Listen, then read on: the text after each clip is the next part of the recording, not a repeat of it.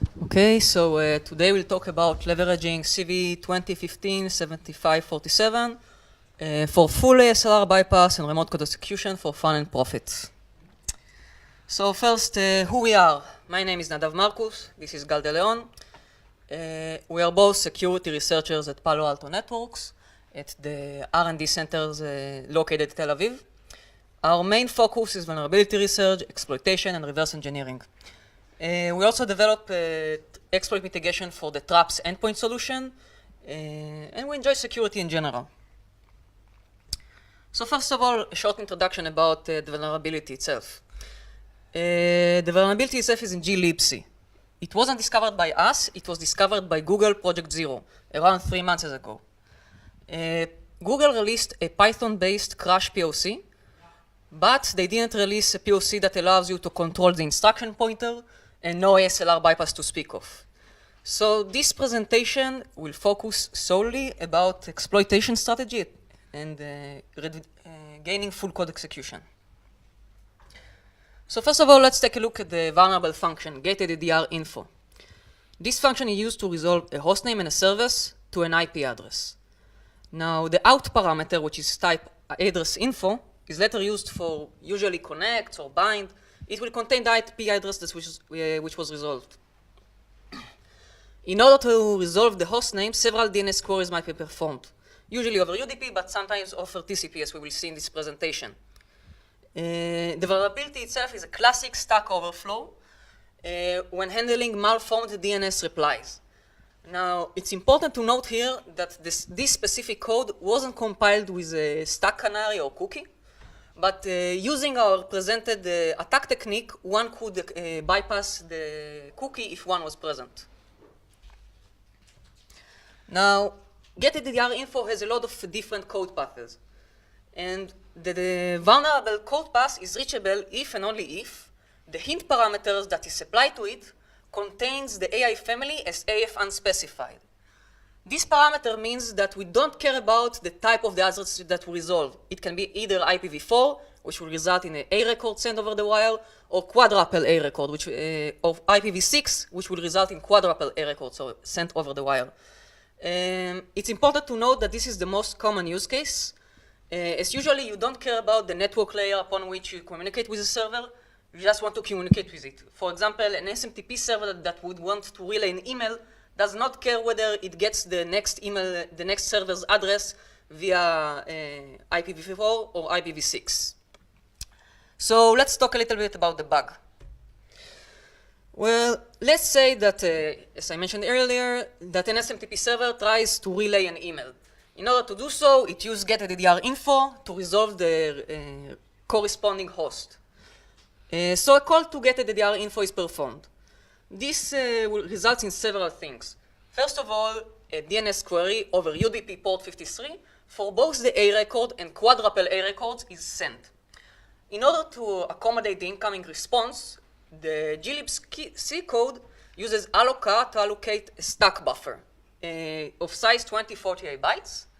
Now, usually this will suffice for responses, and therefore this is kind of an optimization, because the malloc procedure is a little bit more expensive in terms of time, and using alloc_r is simply a matter of decrementing the stack pointer with a specified amount. As we can see, this pointer is stored inside host buffer.buf, and a weak host buffer, which we'll later see how they are used in the process of exploitation. Now, the malicious attacker responds with a valid response that responds with a DNS reply that has two important characteristics. First of all, it is too large in order to fit into the buffer. Now, it's important to note here that this is not where the Stack Overflow is. Here, it correctly allocates a new buffer on the heap using max UDP size, max UDP packet size. And in addition, the truncated flag is set inside the DNS response headers. Now, as we can see from the RFC, a compliant client should requery the DNS server over TCP if the truncated flag was set. The GLIBC client, being a compliant client, tries to do so. So once again, both the A and quadruple A records are sent over the wire, now this time over TCP. Now, first of all, the attacker responds with a valid A record response. Here, the heap malloc buffer is used correctly, and it's important to note here that here, actually the response is valid, the IP address is valid, this will be later used in the process of exploitation. And now, here comes the stack smash. The quadruple A record is malformed. It is way too large in order to fit the 2048 bytes. So we have a classic stack overflow or stack smashing attack. You might ask yourself, why is there a vulnerability here? Because we mallocked a larger buffer. Well, due to internal buffer mismanagement, the stack buffer is still being used, but the size variable, which contains the size of the buffer, was incorrectly updated to the size of max packet. This gives an attacker the ability to overwrite max packet minus 2048 bytes on the stack. Well, let's, for the sake of simplicity, assume that the response buffer is adjacent to the return address. This means that this is, of course, a simplified view of the buffer of the stack, as we'll see later. So now the attacker can control the RIP when we return from the function. However, we do exploit this vulnerability on a modern operating system, which contains modern exploit mitigation in order to deter attackers, namely DEP and ASLR. So we won't be able to execute arbitrary data, and in addition, we don't know where anything is located. We don't know where the modules are located, we don't know where the stack is, we don't know where the heap is. So if we would like to employ ROP, which is the standard technique in order to bypass DEP, data execution prevention, we need to find our gadgets. We need to find addresses which contain executable code. So there are several generic techniques for ASLR bypass. And we'll go over these briefly, and we will say and we'll explain why we chose not to use them or why they were not applicable to our specific use case. First of all is the non-PI executable method. The non-PI executable method relies on the fact that one compiles the main executable of a Linux program, passing down the -fpi flag without passing the -fpi flag to GCC. This results in a non-relocatable module, a main executable, which provides the attacker with reliable addresses with executable code. However, we wanted to achieve remote code execution, which means that we would want to exploit internet-facing application. This means that we, at least what we thought, we assumed that the application would be compiled securely with the -fpi flag as they should in order to reduce the attack possibility. And in addition, it's not very fun to use constant addresses. Another type of ASLR bypass technique is the read memory vulnerability. This kind of vulnerabilities allows us to read memory from inside the target host. Now, the packets that we receive from the client, the queries, do not contain any information regarding the internal memory layout of the machine. We cannot infer from them directly where the stack or modules are loaded. And transforming the stack overflow attack into read memory vulnerability was not so straightforward, and we didn't even know if it was possible at all. Maybe we can do it without crashing the machine. So we decided to skip this technique. Another technique that can be used to bypass ASLR is heap spraying. However, there are two problems with this specific technique. First of all, we are trying to exploit a 64-bit machine. This means we have 64-bit virtual address space. This means that we will exhaust the physical memory way before we will be able to get a reliable address with our data. However, let's assume that in some magical way I was able to achieve a reliable address with our data. We still have DEP enabled, so this data won't be executable, so we are back to square one. We still need a way to bypass DEP and to find ROP gadgets. So me and Gal felt kind of lucky, so we thought maybe we just guess, maybe we'll get lucky. All right, so let's step back a little bit and talk about some of the building blocks we assume for this exploitation. First thing, let's talk about the way new processes are created under the Unix environment. The standard way of doing so is to use the fork system call. So basically, if you look at this code snip, what's going to happen is that a process will run and then fork itself, creating a new child process. And the newly created child process is sort of a cloned version of its parent. The only thing that differs the two is the process ID, the PID of the process. So what's going to happen is basically that the parent process PID will be greater than 0, the return value of fork, and will execute the first block. And the child process PID will be 0 and will execute the second block. So the two processes share many characteristics. Just to name a few, the memory layout of both of them is the same, which means that the loaded modules are located at the same addresses. This is a fact we'll take an advantage of later. The register state is the same, the stack is the same, even the heap is the same, like all previously allocated heap blocks would be at the same addresses. So you'll later see how this can be abused. And another thing we didn't talk about previously, we assume for this exploitation, for this specific exploit, that the attacker has the ability to answer arbitrary DNS queries performed by the victim. Talking about all the possible ways of doing so is really out of scope of this presentation. But just to name a few, the attacker could acquire some domain, and if he has the ability to make the client to query, to use getAddr info with this domain or its subdomains, then it would be able to supply arbitrary DNS reply. Or for instance, a local R poisoning attack between the victim and its DNS server will allow us to answer arbitrary requests, and there are many other ways of doing so. So just take this for granted for this exploitation.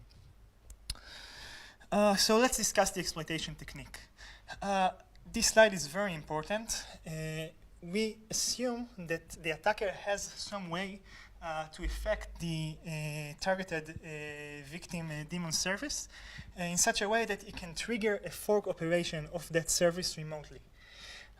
Let's just take a real-life example for that. Let's say that the process that we try to exploit is an HTTP server. So that HTTP server would listen on port 80, for instance, on the victim machine. Then the attacker will perform an HTTP request to that process, which will cause the daemon process to fork itself in order to handle the attacker's request. So we assume that the target daemon we attack is some sort of this kind of a daemon, which the attacker can trigger the fork remotely. So the attacker triggers the fork, which creates a new process, let's say with the PID of 3312, doesn't matter which one. And then we assume that the child process will call getAddr info, specifying the AF unspecified flag. So it will perform two DNS queries, one for IPv4 and one for IPv6. So the addresses right there on the left are it could have been any address, depending on where GLIBC was loaded to. But let's assume, for instance, that the call instruction to getAddr info happened to be in address 12.12.10.0c, and that the return address from getAddr info would have been at 12.12.10.12. Could have been any address, depending on where GLIBC was loaded to. So then the implementation of the getAddr info function will perform the DNS queries, which the attacker will reply. So the attacker will perform, will use the bug as we showed previously, setting its own IP address for the TCP/A request for the valid response, and sending a malicious response for the IPv6. It will set the return address of getAddr info to an arbitrary address it chose. Let's say, for instance, for this example, for 0.101.0.1.0.1. Could have been any address. So what will happen next is that getAddr info will return to this address, and this will crash the child process. Reason why we'll encounter a crash could be a seg fault, just trying to execute an address that isn't mapped or address that isn't a valid code page. Or even if it is a code page, it could be just trying to execute some invalid opcodes. So sooner or later, the child process will crash. So the attacker now triggers the fork again. And the daemon service, of course, didn't crash. The only process that crashes is the child process. So again, the daemon will fork itself and call getAddr info.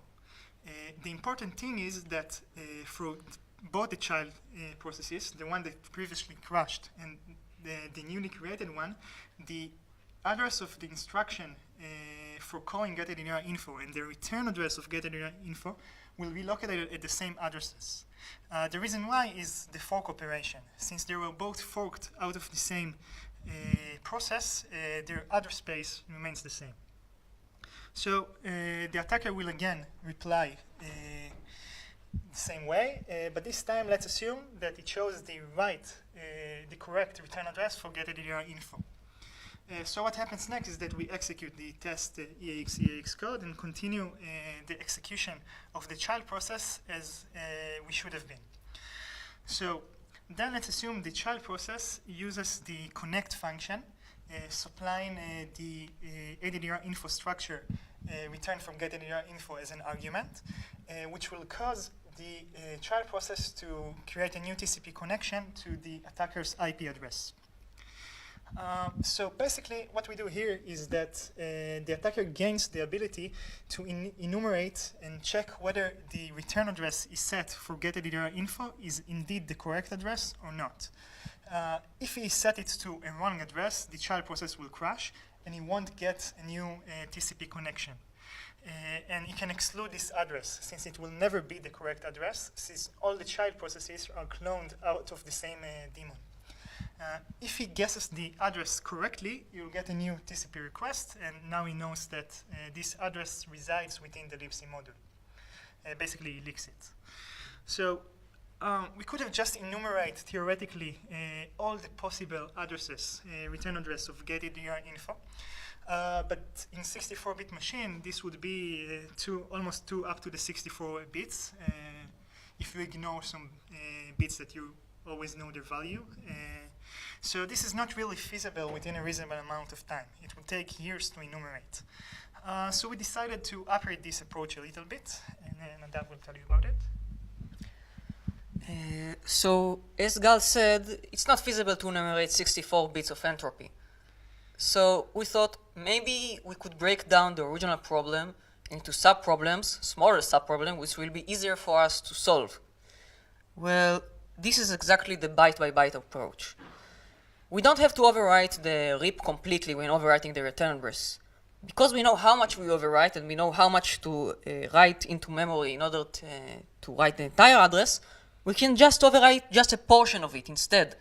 This means that the remaining bytes that were set correctly by the correct code flow will still be there. Let's, for example, assume that the original return address is 12.12.0.12. Now we overwrite the return address, just the least significant byte of it. As you can see here, in memory, it will be stored first the least significant byte, and here the most significant byte. In this instance, we overridden the least significant byte to be 0 instead of 12. So what do we gain from this? Well, basically, we've transformed the victim into some sort of oracle. The oracle responds, we give him a byte, and he responds whether this was part of the original address or not. We can iterate this process several times in order to leak the entire original return address. So, for example, let's say the attacker sends a bunch of A's followed by a 0, overwriting the least significant byte of the return address. The application will crash. Therefore, the attacker can infer that 0 is not the least significant byte of the return address. It iterates its process, trying with 1, 2, 3, until it gets to 12 hexa. It's important to note here that for all the previous attempts, it did not get a response. Therefore, it was able to infer this. Now, however, as it overwrites it with the original byte that was in the least significant byte, the program continues to execute normally, and therefore we do get a response. It attempts to connect with this resolved IP address. Okay, so we have gained something. Now we can use this newly acquired knowledge in order to override the next byte. So this time the attacker will send a bunch of A's, followed by a 12, which you know is indeed the least significant byte, and then 0. And then he keeps doing this process, and at most it will take 8 times 256 attempts, as this is the maximum combinations for a byte, 8 bytes for the length of another's. And this approach works marvelously for our own compiled application, but this wasn't enough for us. We wanted to find a real-life, potentially exploitable application. Now, as we mentioned, in order for our attack technique to work, the requirements were able to trigger fork remotely, and that fork will use getDDR info, the child process, and we had to have some sort of indication of success, whether we crashed the machine or not. Now, it means that not every application that contains both fork and getDDR info is vulnerable. For example, it might invoke getDDR info from the parent daemon, in which case the oracle will die immediately and we won't be able to predict the bytes. It might not get us back an indication of success. We might not use it in order to connect, which is not highly likely. So we searched codesearch.debian.net, which indexes the source code of around 18,000 packages, intersecting the requirement for both fork and getDDR info. We remained with 1,300 potentially exploitable applications. So Gal and me were faced with this really boring and long list of applications to go over their source code and to inspect. But then a specific application caught our eye, and I want to show you why.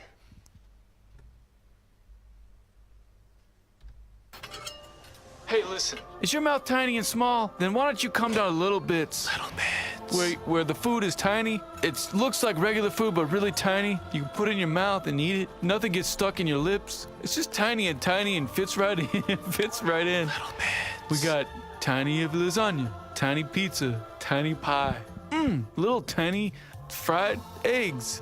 Oh shit, we got tiny people. Little bits. You hungry? Come on down. Little bits. Eat some shit, you stupid bitch. Just kidding. As you can see, this is from the show Rick and Morty, which we really like. Great show. I recommend it for viewing. So the obvious candidate for inspection was Tiny Proxy, which did prove to be a viable candidate for exploitation. So Tiny Proxy is a lightweight HTTP proxy server. What this means, it caches HTTP responses from HTTP servers in order to reduce bandwidth consumption or to reduce latency, you name it. One installs it in its organization in order to improve performance. So let's go over the flow of the normal user connecting to a Tiny Proxy server and how it serves it. Well, let's say our user tries to connect to www.somewhere.com. The Tiny Proxy, in order to serve the client, forks itself. And now it needs to retrieve the contents of the HTTP, right? It needs to connect to some HTTP server. Well, in order to do so, it uses getDDR info, specifying the AF unspecified inside the hint parameter, resulting in both the A and quadruple A records which are required for exploitation to be sent over the wire. After getting the response from the DNS server, Tiny Proxy connects on behalf of the client to somewhere.com, retrieves the HTML or whatever, and passes them back down to the client. Now, let's recall the requirements for an attacker in order to successfully exploit an application using our attack methodology. The connect can be used to trigger a fork and the invocation of getDDR info remotely. Now, it's important to note here that getDDR info is invoked inside the child process. The parent process will never crash due to our attempts. In addition, we must have an indication of success. This is achieved by the connection to the HTTP server. An attacker can just point to the DNS records, the valid A records that the attacker can send before sending the malformed quadruple A record, to point to itself. If it receives a connection, it knows it was successful. If it didn't, it failed. So that way our oracle is formed. So now it's game over, right? We can just leak an address inside GLIBC, calculate the offset, perform a normal rope chain, and everything's sweet. Well, no, we lied a little bit. We don't really yet control the instruction pointer. The stack buffer is not adjacent to the return address, as you can see from this diagram. There are several local variables on the way, and unfortunately, some of these are pointers pointing to the stack. When these pointers will be the reference, if they contain an invalid address, we will crash. If we crash, we don't get the return, we fail. So ASLR is enabled, so we can't hard code these pointers beforehand, or we wouldn't have any problem in the first place. So what we do? How do we leak these stack pointers? Well, we simply employ the same technique. We use the byte-by-byte approach in order to leak stack pointers and stack addresses in addition to the glibc's base module address. So let's take, for example, the first segfault that we encountered. As you can see here, the offending instruction is inside MS-name entop, which is a worker function, internal worker function, invoked by getAddr_info. And we can see that the offending instruction is move byte ptr rbx seal. This instruction attempts to write a single byte to the address pointed to by rbx. Now, as you can see from the following GDB instruction that we executed, rbx contains a bunch of A's, which is clearly not writable. It's important to note here that rbx originally pointed to a stack buffer. It pointed to a location on the stack. So using the byte-by-byte approach, we can leak this original address. Yes, but not so. We have because this pointer is used only as an output buffer. It is not being written from afterwards. Any writable address will suffice. This causes us to lose some granularity, and we won't be able to leak the entire address. We won't be able to leak some bits of it, as we will see in the next slide. As you can see here, the cut of proc PID maps shows us where the stack begins and ends. As you can see in this example, the size of the stack is 21 hexa pages with 33 pages, which is way larger than one page. As I said earlier, it doesn't matter what rbx points to. It just has to be writable. So because the stack will be larger than one page, we can't leak the lower 12 bits, which are an offset inside this page. Let's, for example, assume that the original pointer contained the black marked address, and the attacker guessed AAA as the lower 12 bits. It doesn't matter what he puts there, because even if he put there 0, 1, 2, CDC, whatever, it will always be writable. So we can't infer the original value of rbx. But it's good enough for us right now because we just want to be able not to crash. So we will get to the return instruction and execute the return, controlling grip. However, there are occasions when we do need the exact pointer to be leaked. Let's, for example, take the second segfault that we encountered. Here's a small C code snippet from the libc code. As we can see, hostbuffer.buff, which is equal to ORIG host buffer, are allocated on the stack. And then, after some internal work is done, and before returning to the user, hostbuffer.buff is compared with ORIG host buffer. And if they are different, a freeze performed. And why is that? As we mentioned earlier, as an optimization, the buffer is allocated on the stack, but internal worker functions might allocate another buffer on the heap if the supply buffer is too small. So hostbuffer.buff is an in-out parameter that might be replaced. In order to detect so, the C code stores the original pointer inside ORIG host buffer and compares them. If they are different even by 1 bit, a freeze performed. However, this is really bad for us because we will pass an invalid heap pointer to free, which will cause an abort to be raised.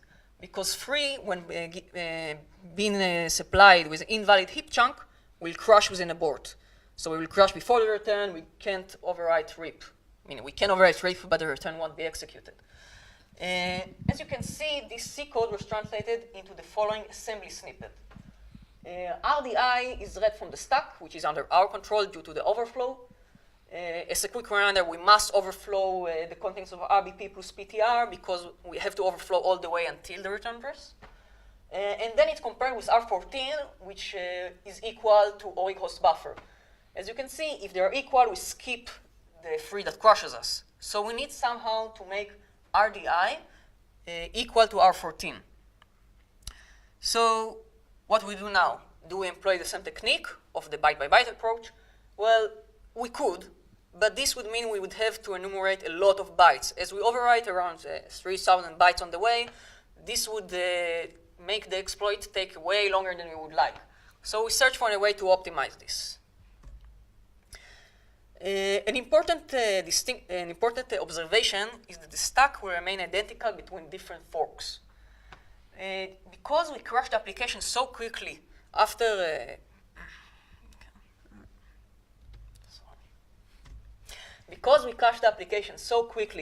invoking getDDR_info, the same amount of stack space will be allocated for each daemon. As you can see here is the tiny proxy daemon, which forked to several child processes. Each one of them attempts to allocate a buffer stack, and we see that they get the same return address, the same stack address for ORIG host buffer. So host buffer.ptr is the same between all executions. So what we can basically do is use a constant offset from the stack base. Because the same amount of stack is allocated per run, we can just calculate beforehand the offset between the host buffer.buff or ORIG host buffer to the stack base and hard-coded this offset and add it to a leaked stack base. So now we need to leak the stack base. So let's see how we managed to do that. Well, first of all, it's important to note here that we used our previous primitive, the move RBX seal. As we mentioned earlier, the only restriction upon this address is that it has to be writable.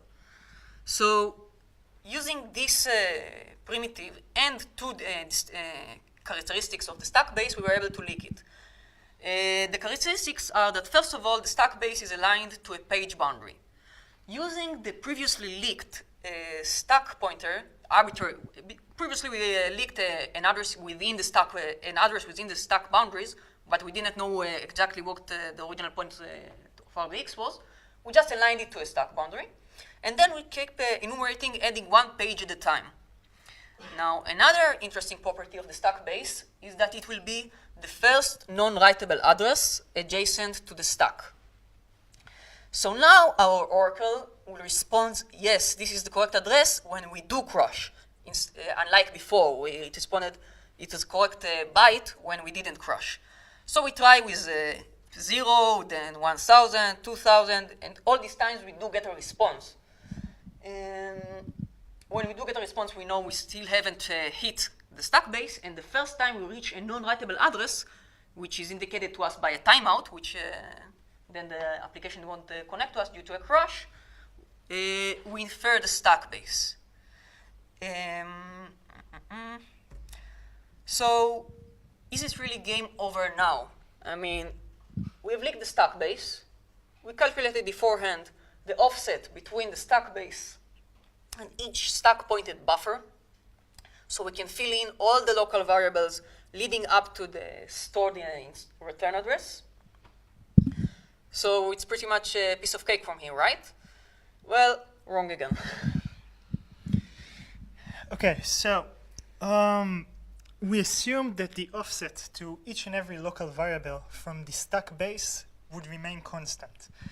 But we found out that this is not the situation.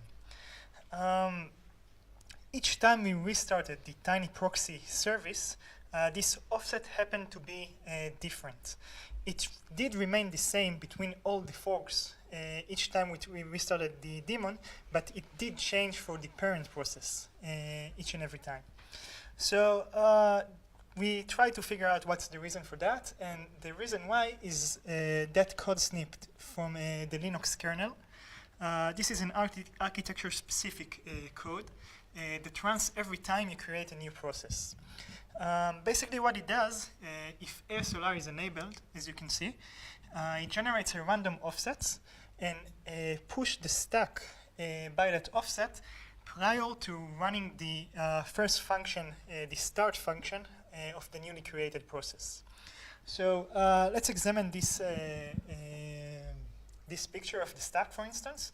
So when you call stack, when you call the start function, instead of having the stack pointer pointing to the stack base, it would be to the stack base plus some random offset.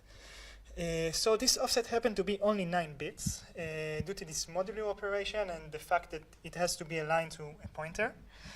So basically what we did is just enumerate it. We first linked the stack base. Then we calculate the offset to the local variables as if this random offset created by the Linux kernel was 0. And then we started to enumerate from there another 9 bits. So basically, if we get the correct offset, we would skip the free block and don't crash, and otherwise we would.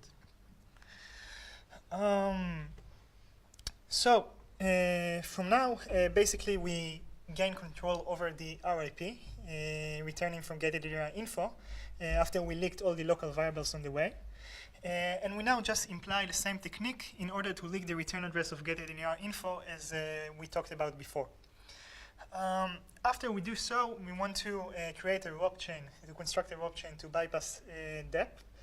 So basically what we do is we compute from that return address of getInfo, which is within the libc module, the module base to the libc base, and then just find offsets to the instruction gadgets that we need in order to run our code. Just employ the ret2libc technique.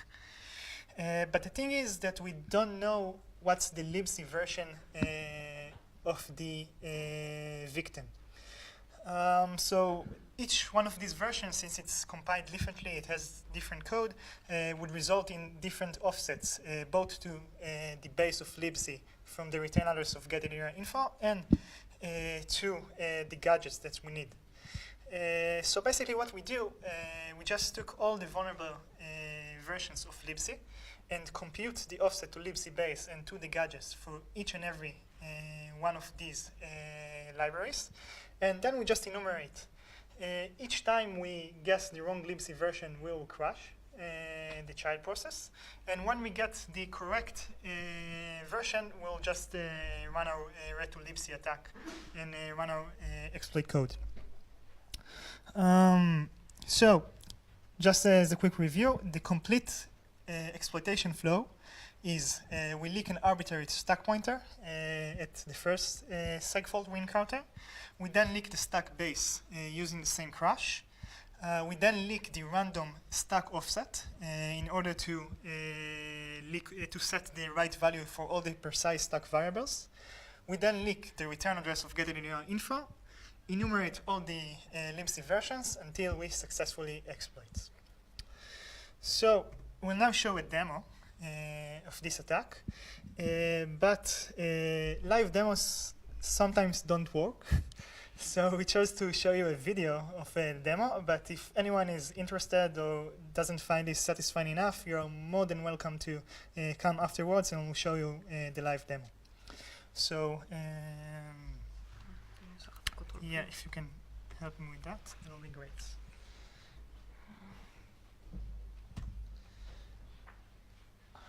So first thing we do is we restart the tiny proxy service just in order to have a fresh start. We then run a PS instruction. Do you guys see the screen? Yeah, no? Is there any way to turn off this light? No. Okay, so sorry. Okay, no? Can you step back a little bit? We'll try to do our best. Second. Control P לא עובד. Right, so we restart the service as I previously mentioned, and then we'll run a PS instruction to show all the tiny proxy processes. So basically the first one is going to be the daemon process, and all the others are just pre-forked processes from this one to handle requests. So we now run our exploit code, which will start triggering the connect requests in order to trigger the DNS queries. And as you can see in this Wireshark output, we do connect to the proxy a lot. Specifying exploit.com as the DNS server, as the domain we want to get. It could have been any domain, it doesn't really matter. This causes tiny proxy, each and every of the child processes, to send the DNS requests over UDP. One UDP request for the IPv4 address, the A request, and another one for the IPv6. They are both sent over the same UDP socket. We then reply with the two main characteristics. First, we set the truncated flag to true in order to restart the query again over TCP, we will later see. And we fill in the buffer in order to trigger the buffer mismanagement, basically to trigger the malloc. This is not enough by the... Never mind, okay, we'll just continue.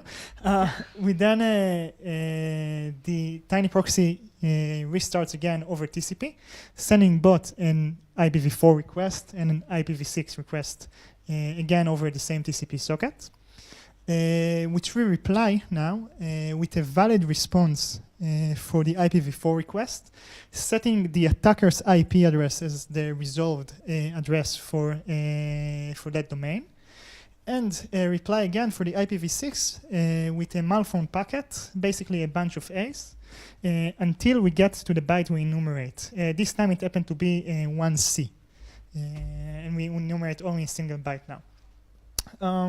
So we'll now see the script output shortly. And as you can see, we already leaked 2 bytes. 1C happened to be the correct byte, and another one, which is 96. So let's examine for a second where the stack is using catproc maps. And as you can see, this is where the stack is located. That's the base of the stack, the highest address. And the other address is the limit of the stack. So basically the bytes we leaked are actually reside within that range. Those are the least significant bytes, as we recall. And Nadav, can you just fast forward a little bit, because this takes like 2 minutes, depending on what bytes we got.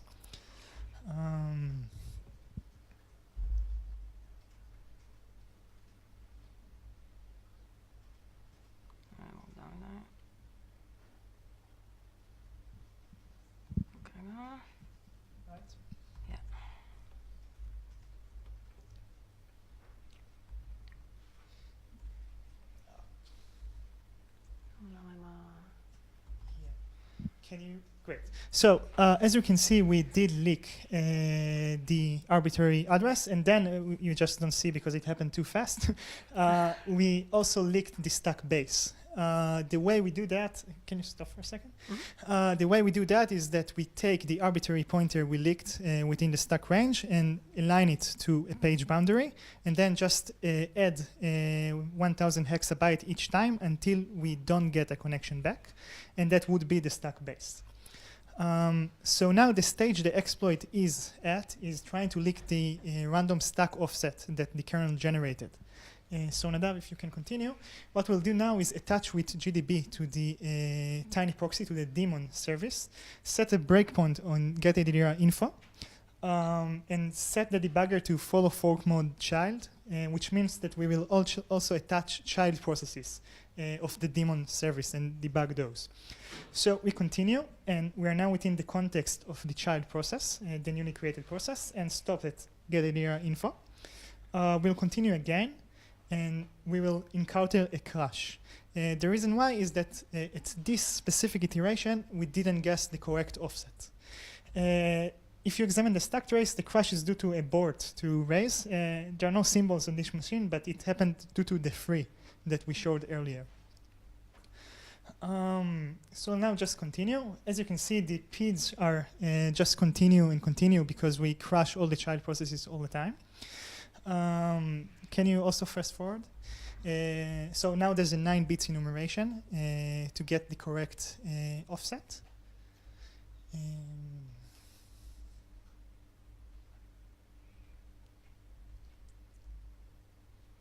Second. And this enumeration is usually the one that takes the most amount of time. Well, but depends of what offset you got. Thanks. And well, we got the correct offset. This address would be actually where the alloca buffer is. And we now at the stage where we try to enumerate where the return address of getAdr.info, basically where libc is.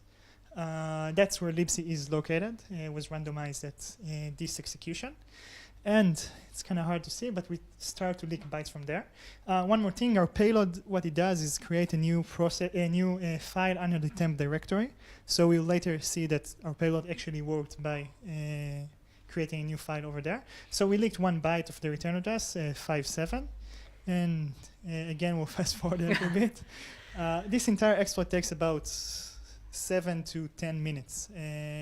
But we do exploit a machine that is on the same LAN with us. So if it would be on the internet, it would take a little bit longer because of the time we have to wait for the TCP TCP SYN to be sent. So it could take a longer time.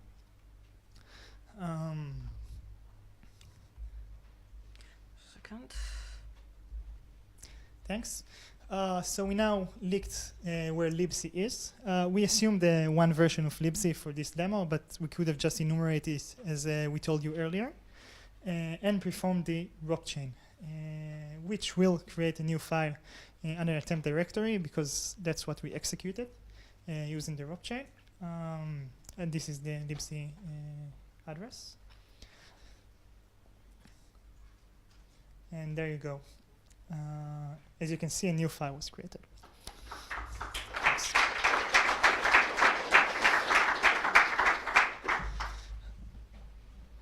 So just a quick conclusion.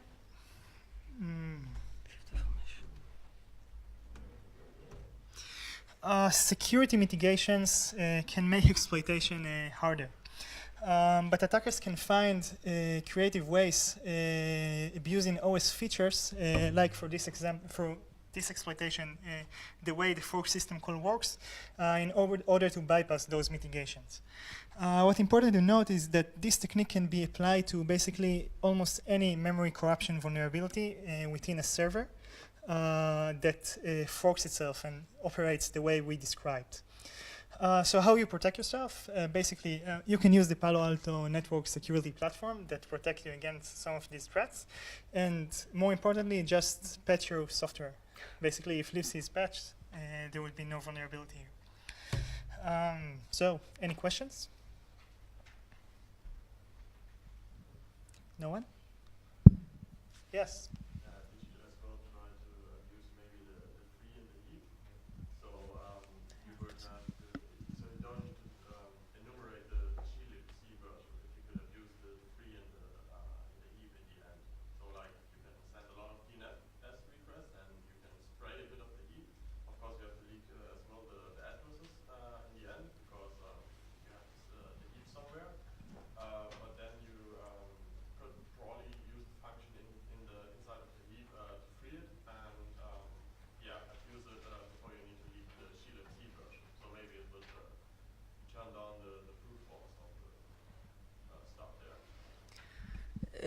We didn't try the path of trying to abuse the free behavior, though we did see some posts about it.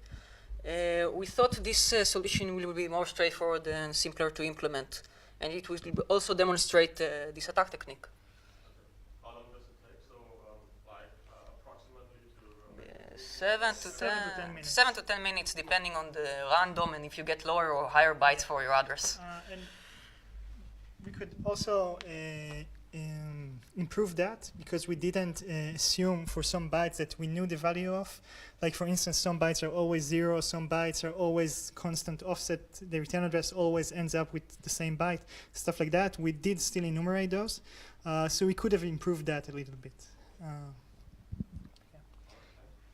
Any other questions? Well, all right then. Thank you.